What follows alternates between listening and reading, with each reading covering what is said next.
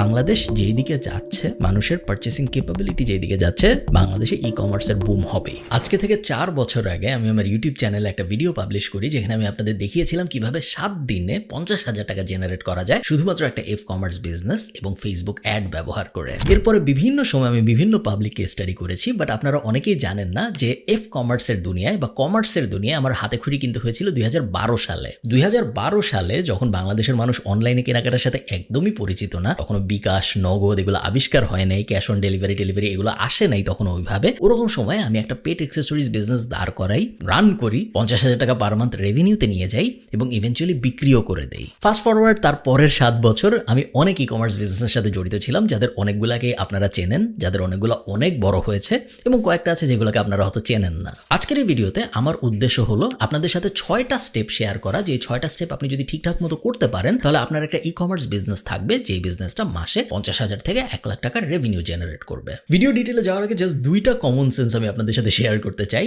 1 নম্বর common sense হইল, আপনি যদি একটা ই কমার্স বিজনেস করতে চান তাহলে যে একদম ধ্রুব সত্য প্রাইমারি জিনিস আপনার বুঝতেই হবে সেটা হইল the difference between revenue and profit. এমন হতে পারে যে আপনি একটা প্রোডাক্ট কিনছেন 100 টাকা দিয়ে এবং তারপর ওই প্রোডাক্ট আপনি বিক্রি করছেন 150 টাকায়, কিন্তু আপনার 50 টাকা লাভ হয় নাই, উল্টা আপনার 200 টাকা লস হয়েছে। কিভাবে হয়, কেন হয়, এগুলো আমরা এই ভিডিওর শেষের দিকে শিখবো। এবং সেকেন্ড যে ইম্পর্টেন্ট লেসন যেটা আপনার অবশ্যই বুঝতে হবে সেটা হলো থার্ড পার্টি টুল লাইক ফেসবুকের ওপর 100% রিলাই না করে নিজের সেটআপে যাওয়া, নিজের ব্র্যান্ড বিল্ড করাটা কতটুকু ইম্পর্টেন্ট। এই ভিডিওর স্পন্সর জাতিক ইজি। খুব ন্যাচারাল একটা ইন্টিগ্রেশন, কারণ এই ভিডিওতে আমরা ওয়েবসাইট বানানো নিয়ে কথা বলবো এবং জাতিক ইজি দিয়ে আপনি খুব সহজেই কোনো ধরনের টেকনিক্যাল স্কিল ছাড়া 1 থেকে 2 মিনিটের মধ্যে একটা ওয়েবসাইট দাঁড় করায় ফেলতে পারেন, একটা ই কমার্স ওয়েবসাইট দাঁড় করায় ফেলতে পারেন, যেটা অবিশ্বাস্য মনে হতে পারে শুনতে, বাট অ্যাকচুয়ালি সত্যি। জাতিক ইজির 2টা প্ল্যান আছে, এর মধ্যে একটা ফ্রি, যেটা যে কেউ ট্রাই করে দেখতে পারে, কোনো টাকা খরচ নেই, এবং অন্যটা হলো 500 টাকা পার মান্থ, যেটা প্রিমিয়াম 500 টাকা পার মান্থ। ওটার মধ্যে ফেক অর্ডার ডিটেকশন, আরো বেশি কাস্টমাইজ করার অপশন নিজের ওয়েবসাইটকে, এরকম অনেকগুলো এক্সট্রা সুবিধা আছে।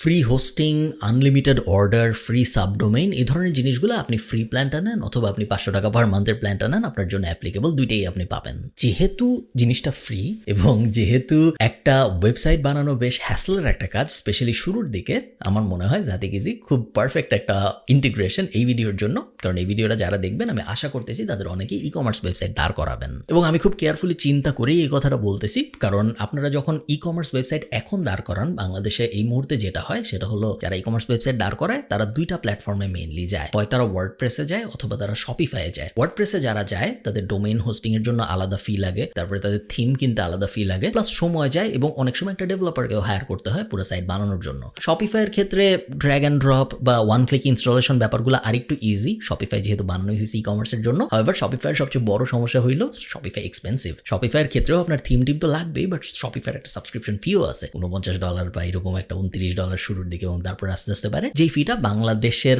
একজন নতুন ই কমার্স ওনার যে মাত্র তার ব্যবসা শুরু করতেছে তার জন্য দেওয়াটা অতটা লজিক্যাল বলে আমার মনে হয় না। কনসিডারিং এভরিথিং, জাতিক ইজি মনে হয় একটা পারফেক্ট সলিউশন, মাত্র 500 টাকা পার মান্থ, এবং এই কারণে 50,000-এর বেশি বিজনেস এই মুহূর্তে ওদের ইউজ করতেছে। আমি একটা স্পেশাল ডিসকাউন্ট কোড দিব ডেসক্রিপশন এবং ফার্স্ট কমেন্টে, আপনারা অবশ্যই ওদের চেক আউট করে দেখবেন। চলুন ভিডিওতে ফেরত যাই। 1 নাম্বার স্টেপ, একটা প্রপার ই কমার্স বিজনেস দাঁড় করানোর জন্য প্রোডাক্ট বা সার্ভিস খুঁজে বের করা। আমাদের একটা ডিটেইলড কোর্স আছে প্যাসিভ জার্নালের ইউটিউব চ্যানেলে, যেটা পুরোপুরি ফ্রি, এবং ওই কোর্সটা যদি আপনি দেখেন তাহলে আপনার একটা বিজনেস আইডিয়া কিভাবে জেনারেট করতে হয় এই বিষয়ে অ্যাম্পল নলেজ হয়ে যাবে, যেটা এনাফ আমার মনে হয় একটা প্রপার আইডিয়া খুঁজে বের করার জন্য। জাস্ট 2টা জিনিস মাথায় রাখবেন। 1 নাম্বার, আপনার স্টেপটা শুধুমাত্র যেন একজন ট্রান্সফার করার মানুষের স্টেপ না হয়। আপনার স্টেপটা এমন হওয়া উচিত যে আপনি ওই প্রোডাক্টটার উপরে একটা ভ্যালু অ্যাড করতেছেন before delivering it to another person. So এমন যেন না হয় যে আমি চায়নার থেকে একটা খেলনা ইম্পোর্ট করছি, তারপরে আমার কাছে একজন অর্ডার দিছে, চায়নার থেকে আমি ইম্পোর্ট করছি 50 টাকায়, এরপর ওটার উপরে আমি 75 টাকা অ্যাড করছি এবং তারপরে আমি ওটা বিক্রি করে দিচ্ছি 80 টাকায়। এরকম যেন না হয়। আপনার এই প্রোডাক্টটা ইম্পোর্ট করার পরে নিজের যেন ওই প্রোডাক্টের উপরে একটা ইনপুট থাকে, যাতে করে ওই প্রোডাক্টটা যখন আপনি ডেলিভারি করতেছেন ওই প্রোডাক্টটা আরো ভ্যালুয়েবল হয়েছে। কেন বলছি, তার কারণ একটা সময় আসবে, এই সময় অলরেডি চলে আসছে এবং সামনে ওই সময় আরো আসবে, যখন ডিরেক্টলি চায়নার ওই প্রোডাক্টটার অ্যাক্সেস এই থার্ড পার্টি মানুষটার কাছে চলে যাবে, মাঝখানে আপনার দরকার হবে না। সো ইম্পোর্ট বেসড বিজনেস বা বেসিক বিজনেস, যেগুলো আমি জাস্ট এই জিনিস ইম্পোর্ট করতেছি, এর সাথে একটু প্রফিট অ্যাড করতেছি এবং তারপরে বেচে দেওয়ার চেষ্টা করতেছি, এই মডেলটা খুব বেশি দিন লাস্ট করবে না। এই মডেল দিয়ে ব্র্যান্ড বিল্ড করা পসিবল না, কারণ আপনি একটা জায়গা থেকে ইম্পোর্ট করে বেচা ছাড়া আর কিছুই না। আপনি প্রোডাক্ট বানানো না, আপনি প্রোডাক্টে কোনো ইমপ্রুভমেন্টও করেন না, আপনি বেসিক্যালি কোনো ভ্যালু অ্যাড করেন না এই পুরো চেইনটার মধ্যে। এটা করা যাবে না। সবসময় মাথায় রাখতে হবে, আমি যদি আমার কোনো একটা প্রোডাক্টের উপরে ভ্যালু অ্যাড করতে না পারি তাহলে আমি ওই জিনিস বেচবো না। আপনি চিন্তা করেন, একটা মানুষ দোকান থেকে টমেটো কিনতেছে, দোকান থেকে শসা কিনতেছে, দোকান থেকে মুরগি কিনতেছে, গরুর মাংস কিনতেছে, তারপর সে সেটা রাঁধতেছে এবং সে সেটা রেঁধে একটা ডিশ বানাচ্ছে। যেহেতু সে ভ্যালু অ্যাড করলো ওই র ম্যাটেরিয়ালগুলোর উপরে, এই কারণেই সে তার রেস্টুরেন্টে এটাকে অনেক দামে বেচতে পারতেছে, কারণ সে একটা ভ্যালু অ্যাড করছে। সে যদি শুধু একজনের কাছ থেকে টমেটো 10 টাকায় কিনে আরেকজনের কাছে টমেটো 20 টাকায় বেচে দিত, তাহলে তার ওই ভ্যালু অ্যাডটা খুব বড় ভ্যালু অ্যাড হইতো না। এই জিনিসটা মাথায় রাখতে হবে। আরেকটা যে জিনিস মাথায় রাখা জরুরি সেটা হলো, আমি কি বিল্ড করব শুরুতে নাকি আমি ইম্পোর্ট করব শুরুতে। ডিপেন্ড করে আপনি আসলে কোন ধরনের প্রোডাক্ট নিয়ে কাজ করছেন বা কোন ধরনের সার্ভিস নিয়ে কাজ করছেন। ইন দি ইনিশিয়াল ডেজ আপনি যখন শুরু করতেছেন আপনার ব্যবসা, তখন বিল্ডিংটা একটু বেশি ডিফিকাল্ট এবং ইম্পোর্টিংটা বা ড্রপ সার্ভিসিংটা অনেক বেশি সহজ। সো শুরুর দিকে আপনি হয় খুব সহজ একটা ভার্সন বানাবেন আপনার প্রোডাক্ট বা সার্ভিসের, অথবা আপনি ইম্পোর্টই করবেন। বাট ইভেনচুয়ালি যে আপনার চেষ্টা করতে হবে আপনি যেন অনেক নিজে বিল্ড করেন এবং অনেক কম ইম্পোর্ট করেন। অনেক বড় বড় বিজনেস আছে যারা শুরুর দিকে পুরো জিনিসই ইম্পোর্ট করে চালাইতো, বাট আস্তে আস্তে তারা নিজেরাই বিল্ড করা শুরু করছে, তারা নিজেরাই সাপ্লাই চেনের ভিতরে ঢুকেছে এবং পরবর্তীতে দেখা গিয়েছে 90% ওই প্রোডাক্টের তারা নিজেরা বানায়, 10-20% হয়তো তারা ইম্পোর্ট করে। এবং আপনার এই সেম ইকুয়েশন ফলো করতে হবে। Second step, set up. আপনার আইডিয়া পেয়ে গেলেন, আপনি এখন রেডি। আমি এখন কি করবো, আইডিয়া তো বুঝছি যে আমি খেলনা বেচবো, বাট তারপরে কি? সেকেন্ড স্টেপটা খুবই ক্রুশাল এবং সেকেন্ড স্টেপে আপনার যেটা করতে হবে সেটা হলো ব্র্যান্ড বিল্ড করা। এই স্টেপে আপনি জাতিকিজি ব্যবহার করে বা অন্য কিছু ব্যবহার করে আপনার ওয়েবসাইট বানাবেন, আপনি ফেসবুক প্রোফাইল বানাবেন, আপনি ইনস্টাগ্রাম পেজ বানাবেন, আপনি আপনার প্রেজেন্স পুরা ইন্টারনেটে ছড়াবেন। দেখেন, বাংলাদেশের সিচুয়েশনটা এমন যে বেশিরভাগ মানুষ আসলে এখনো যে দেখা যায় ফেসবুক পেজ দিয়ে অর্ডার দিতে চায়। হাউএভার, আপনার যদি একটা ওয়েবসাইট না থাকে সেক্ষেত্রে আপনার অনেক বড় লস হয় দুইটা ফ্যাক্টরে। এক নম্বর ফ্যাক্টর হইল ট্রাস্ট। আপনার যদি ওয়েবসাইট না থাকে, আপনি যত ওহামোগা বিজনেসই হন না কেন, আপনার ট্রাস্ট ফ্যাক্টর খুব লো থাকবে, বিকজ আপনার ওয়েবসাইট নাই। জেনারেল নোশন মানুষের ভিতরের হলো, যার ওয়েব প্রেজেন্স যত পোর তার কাছ থেকে কেনার চান্স তত কম, এবং যে এটা কিনতেছে আপনার প্রোডাক্ট বা সার্ভিস, সে নিজে ভেবে বের করবে না যে সে কেন এটা কিনতেছে বা সে কেন এটা কিনতেছে না। সাধারণত দেখা যায় যাদের ওয়েবসাইট আছে বা যাদের ওয়েব প্রেজেন্স অনেক ভালো, ইন জেনারেল, শুধু ওয়েবসাইট না, টোটাল ওয়েব প্রেজেন্স, তাদের অর্ডার বেশি আসে। তারা নিজেরাও জানে না যে তাদের অর্ডার কেন বেশি আসে, কারণ দেখা যায় যে ঘুরে ফিরে অর্ডার মানুষ ফোন কল করেই দিচ্ছে বা ফেসবুক দিয়েই দিচ্ছে, খুব কম সংখ্যক হয়তো দেখা যাচ্ছে ওয়েবসাইট দিয়ে দিচ্ছে, বাট তাদের ওভারঅল ডিজিটাল প্রেজেন্সটা এত ভালো যে ট্রাস্ট সিগন্যালটা অনেক হাই। এবং আপনার ক্ষেত্রেও তাই হইতে হবে, আপনার অবশ্যই ওয়েবসাইট লাগবে। আমি একদমই বিশ্বাস করি না যে শুধু একটা ফেসবুক পেজ দিয়ে একটা ব্যবসা শুরু করে ফেলা যায়। যদিও আপনার অনেক order in the initial days Facebook পেজে আসবে, তারপরে আপনার একটা ওয়েবসাইট লাগবে, এবং শুধু ওয়েবসাইটও না, আপনার একটা প্রিমিয়াম ব্র্যান্ড লাগবে, আপনার সুন্দর লোগো লাগবে, আপনার সুন্দর আইডেন্টিটি লাগবে। ভাবনা চিন্তা করে আপনি প্রত্যেকটা স্টেজ করবেন, বিকজ পরবর্তী স্টেজে যখন আমরা অ্যাডভার্টাইজিং এবং মার্কেটিং এর দিকে যাব, এই স্ট্রং ব্র্যান্ডটা আপনাকে হেল্প করবে কনভার্সন কস্ট কমানোর জন্য। এবং আরেকটা বড় কারণ যে কারণে আমি রেকমেন্ড করি মানুষকে ওয়েবসাইটের দিকে যেতে এবং থার্ড পার্টি লাইক ফেসবুকের উপরে ডিপেন্ডেন্সি কমাইতে, তার কারণ থার্ড পার্টি সবসময় আনরিলায়েবল। আপনারা যেহেতু একটু ইয়াং, যারা আমার ভিডিও দেখেন, আপনাদের হয়তো অত মনে নাই, বাট একটা টাইম ছিল যখন ফেসবুক পেজে কেউ যদি কিছু পোস্ট দিত, তখন ওই ফেসবুক পেজ যারা ফলো করে তার 70-80% মানুষ ওই পোস্টটা নর্মালি তাদের অর্গ্যানিক ফিডে দেখতো, তাদের ফেসবুক ফিডে। হাউএভার, এরপর জাকারবার্গ রুল চেঞ্জ করে এবং এখন এই মুহূর্তে আজকের দিনে আমার যদি 1 লাখ ফলোয়ার থাকে ফেসবুকে এবং আমি যদি কোনো একটা কিছু নর্মালি পোস্ট করি, চান্স খুব কম যে 1000 মানুষ ওই পোস্টটা দেখবে। তার কারণ অ্যালগোরিদম পুরোপুরি চেঞ্জ হয়ে গিয়েছে এবং সোশ্যাল মিডিয়ার অ্যালগোরিদম রেগুলারলি চেঞ্জ হয়। 5 বছর আগেও ভিডিওর কোনো ইম্পর্টেন্স ছিল না, এবং এখন যদি আপনি ভিডিও ইনপুট না দেন আপনার বিজনেসের ভিতরে, সেক্ষেত্রে আপনি কিন্তু অনেক পিছায় যাবেন। 5 বছর আগেও একজন 10 দিন পরে 20 দিন পরে একটা পোস্ট করলেও কিছু যায় আসতো না, বাট এখন যদি আপনি প্রত্যেক দিন পোস্ট না করেন, আপনি কিন্তু পিছায় যাবেন। So third party always change হচ্ছে। আপনি আপনার অডিয়েন্সকে কন্ট্রোল করতে পারতেছেন না, এবং এই কারণেই অডিয়েন্সকে নিজের ওয়েবসাইটে নিয়ে আসা জরুরি, একটা অ্যাঙ্গেল। এবং আরেকটা অ্যাঙ্গেল হলো, আপনি যখন একটা অডিয়েন্সকে নিজের ওয়েবসাইটে নিয়ে আসতেছেন, তখন আপনি তাকে অনেকভাবে ট্র্যাক করতে পারেন, যেটা একটা থার্ড পার্টি ওপরে করা সম্ভব না। আপনি ফেসবুকের উপরে শুধুমাত্র পিক্সেল দিয়ে খুব কমই ট্র্যাক করতে পারবেন, বাট সেই মানুষটাই যখন আপনার প্রোডাক্ট অ্যাড টু কার্ট করবে, আপনার প্রোডাক্টের পারচেস ইনিশিয়েট করবে, চেক আউট ইনিশিয়েট করবে এবং ফাইনালি পারচেস কমপ্লিট করবে, যে ডেটা পয়েন্টগুলো আপনি পেলেন, এই ডেটা পয়েন্টগুলো আপনাকে ফিউচার টার্গেটিং অনেক হেল্প করবে, এবং যেই জিনিসটা ওয়েবসাইট দিয়ে করা সম্ভব, জাস্ট একটা ফেসবুক পেজ দিয়ে করা সম্ভব না। ফেসবুক পেজের টার্গেট লেভেল খুব বেসিক ধরনের হয়, যেটা আপনাকে খুব আহামরি রেজাল্ট দিবে বলে আমি বিশ্বাস করি না। ওকে, থার্ড স্টেপ, সফট লঞ্চ। আমার প্রোডাক্ট বা সার্ভিস রেডি, আমার ব্র্যান্ডিং রেডি, আমার ডিজিটাল প্রেজেন্স রেডি, এবং এখন আমি একটা সফট লঞ্চ করব। সফট লঞ্চ কি জিনিস? আমি আমার আশপাশের মানুষদের, আমি আমার বন্ধু বান্ধবদের, তাদের বন্ধু বান্ধবদের, আমার পরিবার পরিজনদের বলবো আমি একটা বিজনেস শুরু করছি, দেখো কিনবা নাকি। আমি অর্গানিক পোস্ট করা শুরু করব, যত জায়গায় পারি আমি আমার বিজনেসের কথা ছড়াই দিব অর্গানিক্যালি, কোন টাকা পয়সা খরচ না করে। এবং আমি আশা করব আমার ইনিশিয়াল কিছু ট্র্যাকশন যেন এভাবে আসে, যেন আমি বুঝতে পারি আমি যা বিক্রির চেষ্টা করতেছি, যে প্রোডাক্ট বা যে সার্ভিস আমার বিক্রির উদ্দেশ্য, এই প্রোডাক্ট বা এই সার্ভিসের উপরে আসলেই মানুষের আগ্রহ আছে। সফট লঞ্চ খুব গুরুত্বপূর্ণ, কারণ সফট লঞ্চ যদি ঠিক না হয় সেই ক্ষেত্রে একটা চান্স এটাও হতে পারে যে আপনার প্রোডাক্ট সিলেকশন বা সার্ভিস সিলেকশনই ঠিক হয় নাই। সফট লঞ্চ যখন আপনি করতেছেন তখন পর্যন্ত খুব বেশি দেরি হয়ে যায়নি, সো আপনি আবার ড্রয়িং বোর্ডে ফেরত যেতে পারেন এবং আপনি চিন্তা করতে পারেন যে আপনার প্রোডাক্ট বা আপনার সার্ভিসের উপরে কি টুইক করা সম্ভব, কি চেঞ্জ করা সম্ভব, যাতে করে আপনার সফট লঞ্চ আরো সাকসেসফুল হয়। সফট লঞ্চে গিয়ে সাধারণত কাস্টমারের কাছ থেকে, ইনিশিয়াল কাস্টমারের কাছ থেকে ফিডব্যাক পাওয়া যায়, এবং ফিডব্যাকে মানুষ আপনাকে বলতে পারে যে না, আপনার এটার দাম তো 500 টাকা, এটার দাম আসলে 150 টাকা হওয়া উচিত, 500 টাকা আমি কোনোদিনও দিব না, এই ধরনের জিনিসগুলো। বা বলতে পারে যে এই প্রোডাক্টটা ভালো, বাট এই প্রোডাক্টের ভিতরে এই ফিচারটাও থাকলে ভালো হইতো। এই জিনিসগুলো নিয়ে আপনি আবার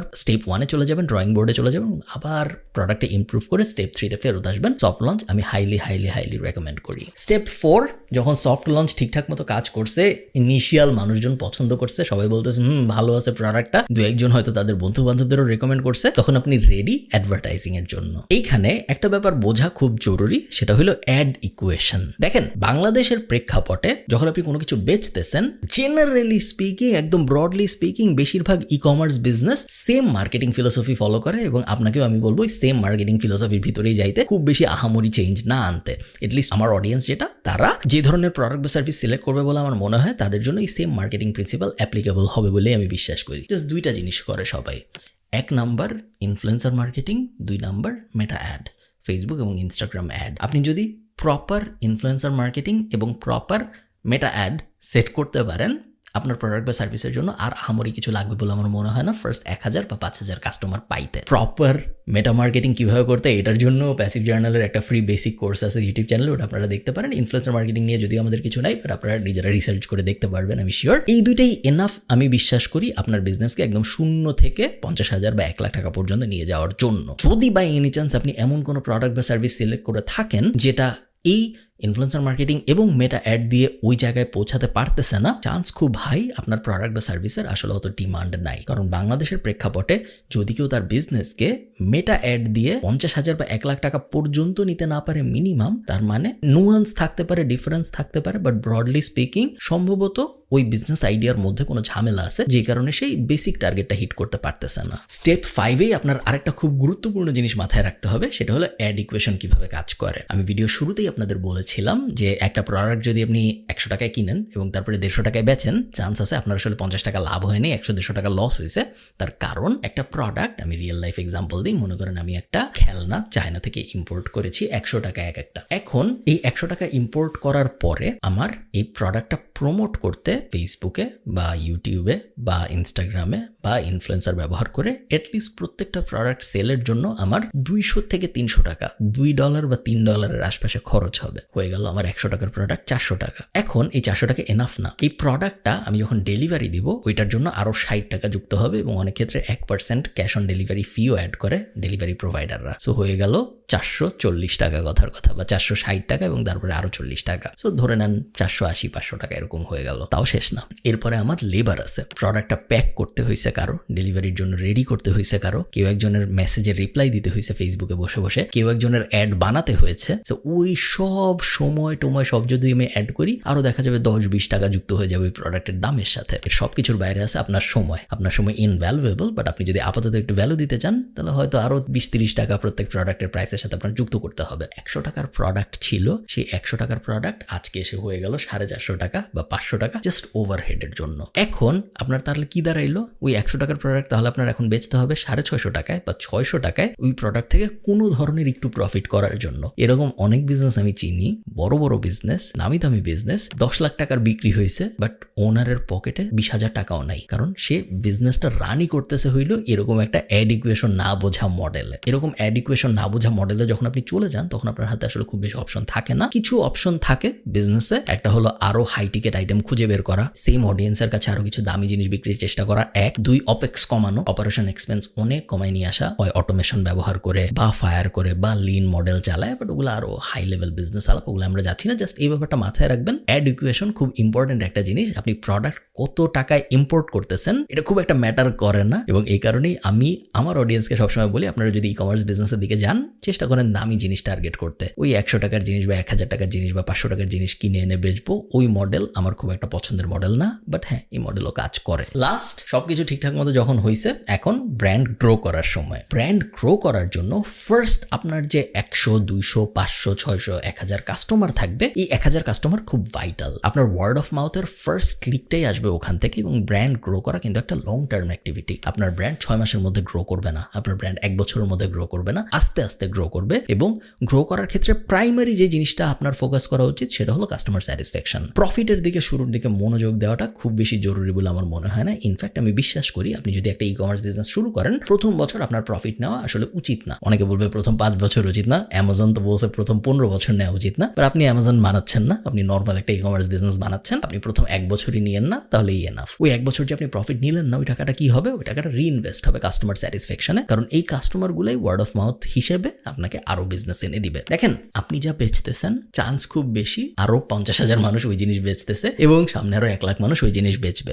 আপনি কতটুকু ভ্যালু অ্যাড করছেন এটার উপর ডিপেন্ড করে আপনি ওই 50,000-এর মধ্যে থেকে কতটুকু আলাদা হবেন। হাউএভার আপনার মতো ভ্যালু আরো অনেকেই অ্যাড করতে পারবে। সো আপনার কনস্ট্যান্টলি ভ্যালু ইকুয়েশন রিনোভেট করতে হবে, আরো ভ্যালু অ্যাড করতে হবে, আরো ডিফারেন্ট হইতে হবে, আরো কাস্টমারের কাছে আপনার প্রোডাক্টটা যেন ওয়ার্থ ইট হয় এটা মাথায় আনতে চেষ্টা করতে হবে, 1। এবং সেকেন্ড, যেই জিনিসটা আপনি বাকি সবার থেকে আলাদা এবং বাকি সবার থেকে অনেক বেশি ভালো করতে পারেন সেটা হলো কাস্টমার স্যাটিসফ্যাকশন প্রত্যেক নিয়তই আরো উপরে নেওয়া, তারপরে আরো উপরে নেওয়া, এবং এটার কোনো শেষ নাই। সিলিং উপরের দিকে উঠতেই থাকবে, কাস্টমারকে হ্যাপি করার কোনো শেষ হয় না। এই দুটো জিনিস যদি আপনি ঠিকঠাক মতো করতে পারেন তাহলে আপনার ব্র্যান্ড অটোমেটিক্যালি গ্রো করতে থাকবে। ব্র্যান্ড গ্রো করা মানে এটা না যে পাগলের মতো অ্যাড চালায় ব্র্যান্ড গ্রো করলাম, ওটায় ভিজিবিলিটি বাড়ে বাট ব্র্যান্ড লংজিভিটি বাড়ে না। আমি একটা অন্যরকম এক্সাম্পল দিয়ে আপনাদের ভিডিওটা শেষ করি। এরকম অনেক কন্টেন্ট ক্রিয়েটর আছে আপনারা চিনবেন, 5 বছর আগে অনেক ভাইরাল ছিল, এখন তাদের কেউ দেখে না। এরকম অনেক কন্টেন্ট ক্রিয়েটর আছে 2 বছর আগে অনেক দেখতো মানুষ, অনেক হাইপ ছিল, অনেক কথাবার্তা হয়েছে, এখন কেউ দেখে না। এরকম অনেক কন্টেন্ট ক্রিয়েটর আছে যাদের নিয়ে অত হাইপ কখনোই নেই, বাট রেগুলার একটা অডিয়েন্স রেগুলারলি ওদের দেখতেছে, এবং ওরা খুব লং টার্ম ধরে